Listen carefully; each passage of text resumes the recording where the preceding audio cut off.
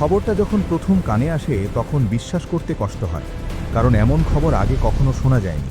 যে দেশের যুদ্ধবিমান দেখলে গোটা দুনিয়া কাঁপে, যে দেশের স্টেলথ টেকনোলজি নিয়ে বলা হতো এটা রাডারের চোখেও অদৃশ্য, সেই দেশের সবচেয়ে দামি যুদ্ধবিমান এবার নিজেই মাটিতে লুটিয়ে পড়ার দোরগোড়ায় পৌঁছে গেছে। ঘটনাটা ঘটেছে মধ্যপ্রাচ্যের সেই উত্তপ্ত আকাশে, যেখানে গত কয়েক সপ্তাহ ধরে চলছে এমন এক লড়াই যার শেষ কোথায় কেউ জানে না। সিএনএন তাদের একটি বিশেষ প্রতিবেদনে যা জানিয়েছে সেটা শুনে মনে হবে কোনো হলিউডের যুদ্ধের সিনেমার স্ক্রিপ্ট, কিন্তু না, এটা সিনেমা না, এটা একদম খাঁটি বাস্তব।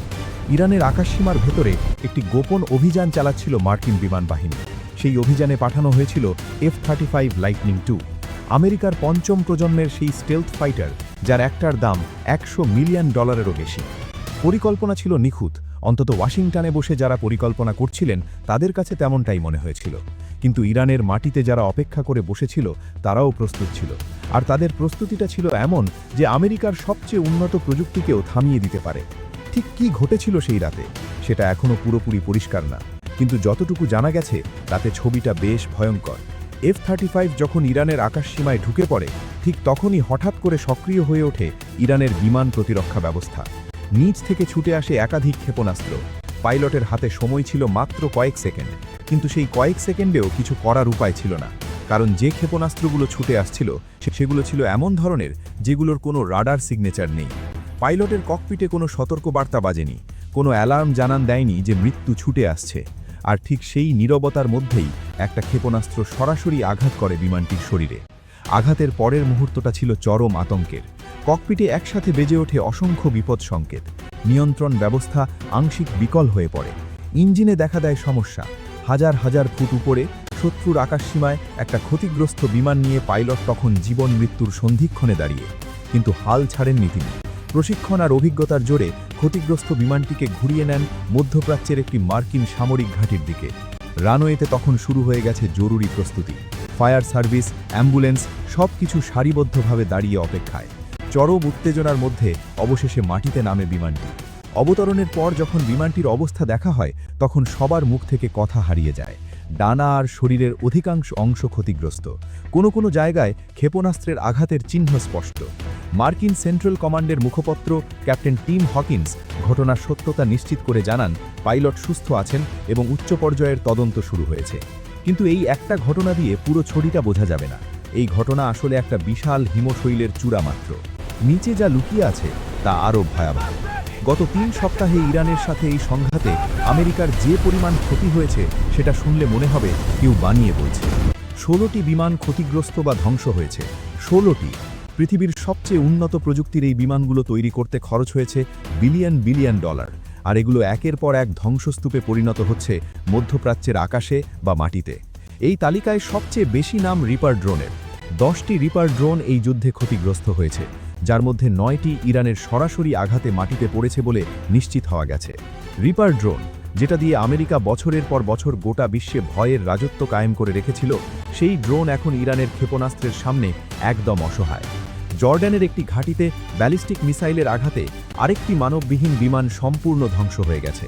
জর্ডান আমেরিকার মিত্রদেশ, নিজের মাটিতে ঘাঁটি বানাতে দিয়েছিল, আর সেই মাটিতেই ইরানের ক্ষেপণাস্ত্র এসে পড়েছে। বাকি দুটি ড্রোন দুর্ঘটনায় হারিয়ে গেছে বলে দাবি করা হলেও অনেকে সন্দেহ প্রকাশ করছেন এগুলো আদেও দুর্ঘটনা ছিল কিনা। এই ড্রোন হারানোর প্রভাব পড়েছে অনেক দূরে। হরমুজ প্রণালী বিশ্বের সবচেয়ে গুরুত্বপূর্ণ জ্বালানি পরিবহন রুট। সেখানে আমেরিকার ড্রোন দিয়ে নজরদারি চালানো এখন প্রায় অসম্ভব হয়ে পড়েছে। প্রতিদিন লাখ লাখ ব্যারেল তেল চলাচল করে এই প্রণালী দিয়ে, আর সেই প্রণালীর আকাশ এখন কার্যত ইরানের দখলে চলে গেছে। এটা শুধু মার্কিন সামরিক পরাজয় নয়, এটা একটা সামরিক কৌশলগত বিপর্যয়, যেটা আমেরিকার বৈশ্বিক প্রভাবের ভিত্তিতেই আঘাত করছে।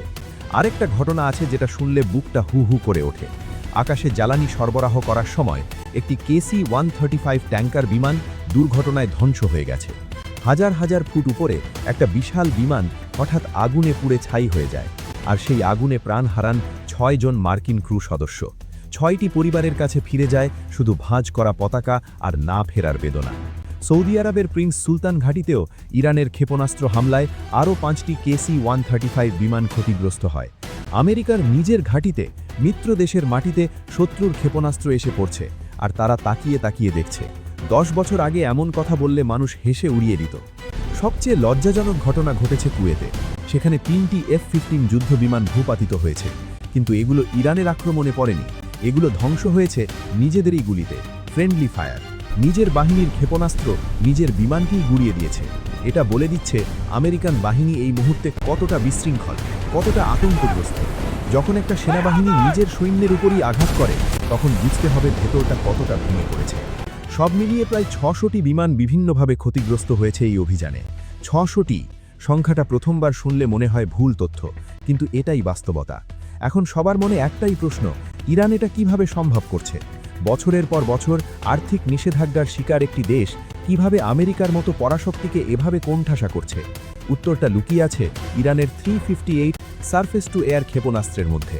এই ক্ষেপণাস্ত্রটি ইনফ্রারেড গাইডেড, মানে তাপ অনুসরণ করে লক্ষ্যবস্তুতে আঘাত করে। আকারে ছোট, যে কোনো জায়গা থেকে মোবাইল লঞ্চার দিয়ে ছোড়া যায়। আর সবচেয়ে ভয়ের কথা হলো এটি 25,000 ফুট উচ্চতায় উঠতে থাকা বিমানকেও ধরাশায়ী করতে পারে। কিন্তু এর সবচেয়ে প্রাণঘাতী বৈশিষ্ট্য হলো এতে কোনো রাডার সিগনেচার নেই। আক্রান্ত বিমানের পাইলট জানতেই পারেন না তার দিকে মৃত্যু ছুটে আসছে। কোনো সতর্কবার্তা নেই, কোনো অ্যালার্ম নেই, শুধু হঠাৎ একটা প্রচণ্ড ঝাঁকুনি আর তারপর ককপিটে বিপদ সংকেতের বন্যা। আমেরিকার $বিলিয়ন রাডার ব্যবস্থা এই ছোট্ট ক্ষেপণাস্ত্রের সামনে যেন চোখ বন্ধ করে দাঁড়িয়ে থাকা একটা অন্ধ প্রহরীর মতো। মজার ব্যাপার হলো এই পুরো যুদ্ধ শুরু হয়েছিল একটা পরিকল্পনা থেকে, যেটা নকশা বানানো হয়েছিল পেন্টাগনের চকচকে টেবিলে বসে। ট্রাম্প আর নেতানিয়াহু মিলে ঠিক করেছিলেন ইরানকে এমনভাবে গুড়িয়ে দেওয়া হবে যে দেশটা আর কোনোদিন মাথা তুলে দাঁড়াতে পারবে না। ইসলামিক বিপ্লবের শেষ চিহ্নটুকু মুছে ফেলা হবে। অপারেশনের পর অপারেশন চালানো হবে, আকাশ থেকে মাটি পর্যন্ত সব দিক থেকে চেপে ধরা হবে তেহরানকে। কিন্তু যুদ্ধের ময়দানে পরিকল্পনা আর বাস্তবতা কখনো এক পথে হাঁটে না। কিছুদিন আগেই পেন্টাগনের প্রতিরক্ষা দপ্তর দাবি করেছিল ইরানের আকাশ প্রতিরক্ষা অনেকটাই দুর্বল হয়ে পড়েছে, কিন্তু মাটির বাস্তবতা সেই দাবিকে একদম উল্টো প্রমাণ করে দিয়েছে। তেহরান তাদের আসল শক্তি লুকিয়ে রেখেছিল, আর যখন সময় এসেছে তখন সেই শক্তি বের করে এনেছে এমনভাবে যে আমেরিকা হতভম্ব হয়ে গেছে।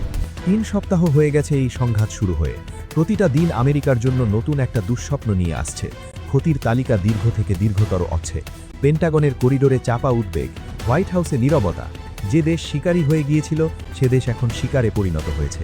যে প্রযুক্তিকে অজেয় মনে করা হতো সেটা ভেঙে পড়ছে একের পর এক। যে সামরিক আধিপত্য নিয়ে আমেরিকা গর্ব করত সেই গর্বে এখন ফাটল ধরেছে। এই মুহূর্তে পুরো বিশ্ব একটাই প্রশ্ন করছে, এরপর কি হবে?